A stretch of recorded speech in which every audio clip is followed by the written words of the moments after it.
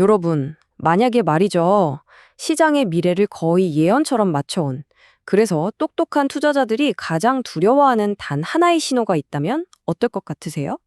오늘 바로 그 소름 돋는 지표에 대해 제대로 한번 파헤쳐 보겠습니다.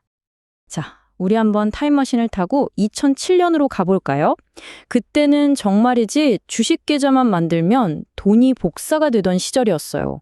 너도 나도 내가 바로 투자 천재다 라고 생각했고 신문을 펴면 매일 이런 헤드라인이 가득했죠. 그야말로 끝없는 낙관론이 시장 전체를 지배하던 때였습니다. 하지만 그 뜨거웠던 축제의 끝은 어땠을까요? 네, 바로 이 숫자입니다. 마이너스 60%. 2008년 글로벌 금융위기가 닥치면서 모든 환상은 산산조각 났습니다. 시장이 말 그대로 반토막 이상 사라져버린 거예요. 수많은 사람들의 꿈이 한순간에 악몽으로 바뀌어 버렸죠.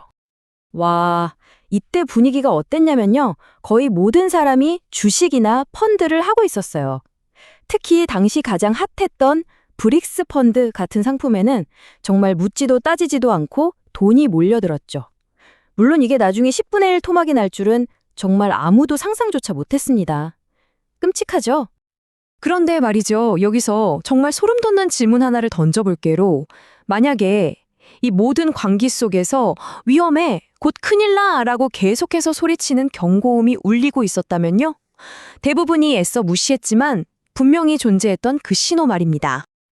네, 그 신호의 이름이 바로 장단기 금리 역전입니다. 이름만 들으면 좀 어렵죠? 근데 사실 별거 아니에요. 2007년 내내 이 지표가 경제 시스템 대시보드에서 빨간불을 막 깜빡이고 있었던 거예요. 엔진 과열 하면서요. 자, 이걸 아주 쉽게 설명해 드릴게요. 여러분이 은행에 예금한다고 생각해 보세요. 당연히 3개월 맡기는 것보다 2년 맡기는 게 이자를 더 많이 줘야 하잖아요. 그게 상식이죠. 근데 금리 역전은 이 상식이 완전히 뒤집히는 현상이에요. 이건 시장의 큰 손들이 야, 10년 뒤는 모르겠고 당장 1, 2년 안에 큰일 터질 것 같아 라고 외치는 것과 같아요. 그만큼 단기적인 미래에 대한 불안감이 극에 달했다는 뜻입니다. 자, 그럼 이런 현상이 그냥 우연의 일치 아닐까 생각할 수도 있겠죠? 근데요, 놀라지 마세요. 역사적으로 이 신호가 나타난 뒤에 무려 85%의 확률로 미국 경제가 경기 침체에 빠졌습니다. 10번 중에 8번, 아니 9번 가까이 경기 침체가 터졌다는 얘기입니다.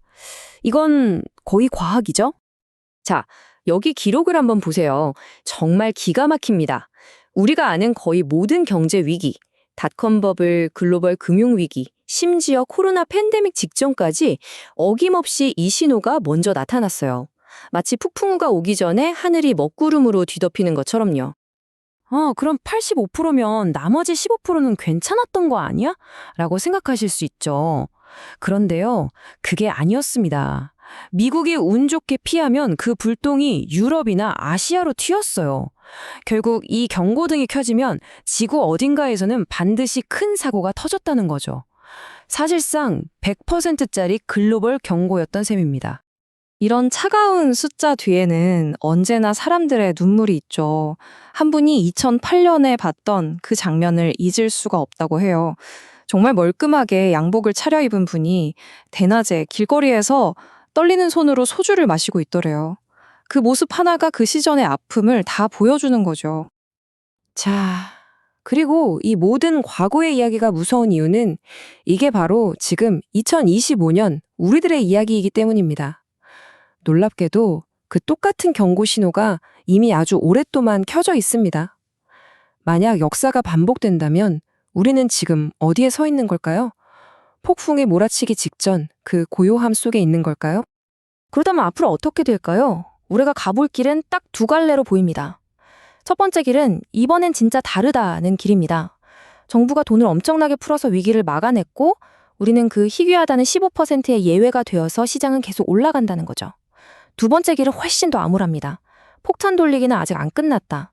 문제는 해결된 게 아니라 그냥 더 큰 거품으로 밀어뒀을 뿐이고 그래서 터질 땐 과거보다 훨씬 더 아플 거라는 시나리오입니다. 이렇게 미래는 누구도 알 수 없어요. 그래서 우리가 점쟁이가 되려고 해선 안 됩니다. 정말 중요한 건 이거예요. 목표는 점쟁이가 되는 것이 아니라 다음 투자를 위해 살아남는 것이다. 예측보다 중요한 건 생존입니다. 그럼 우리는 뭘 해야 할까요? 정답은 확률적으로 생각하기입니다. 일기예보에서 비올 확률이 85%라고 하면 당연히 우산 챙겨 나가잖아요. 그거랑 똑같아요.